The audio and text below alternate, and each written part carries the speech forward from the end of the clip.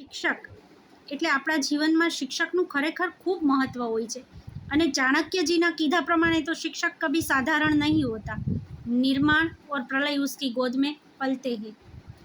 એવું આપણા જનમાનસમાં શિક્ષકનું મહત્ત્વ અને મૂલ્ય છે.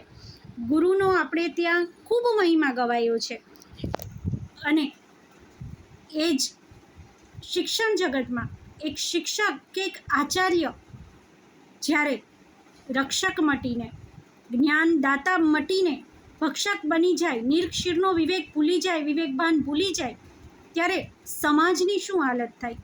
કારણ કે કોઈ પણ વ્યક્તિના વ્યક્તિત્વમાં તેના શિક્ષકોનો બહુ મોટો ફાળો રહ્યો હોય છે, તેની ખૂબ ઊંડી અસર રહી હોય છે તેના જીવનભર, તેના જીવનમાં આવેલા તેના શિક્ષકોની.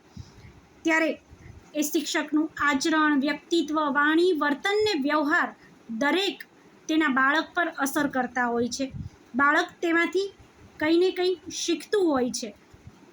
ત્યારે આ દાહોદની બનેલી ઘટના તો આપણને વિચારતા કરી મૂકે, હચમચાવી મૂકે કે શિક્ષણના ક્ષેત્રમાં એક શિક્ષક પાસે માત્ર એક નહીં અનેક બાળક એના કાર્ય સમય દરમિયાન લગભગ અનેકો બાળકો તેના હાથ નીચે તૈયાર થતા હોય કે તેના સંપર્કમાં આવતા હોય, તેના જ્ઞાનથી સમૃદ્ધ થતા હોય, ત્યારે એ શિક્ષકના વાણી, વર્તન, વ્યવહાર ને વિચાર કે આચરણ જો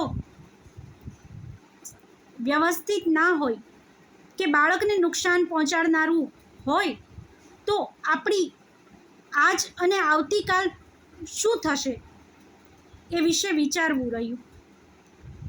અને શિક્ષક કે ગુરુની જગ્યાએ બેસતા એ દરેક વ્યક્તિનું ખરેખર માત્ર એકેડેમિક મૂલ્યાંકન નહીં, પણ શું એવી વ્યક્તિનું માનસિક મૂલ્યાંકન પણ ન થવું જોઈએ?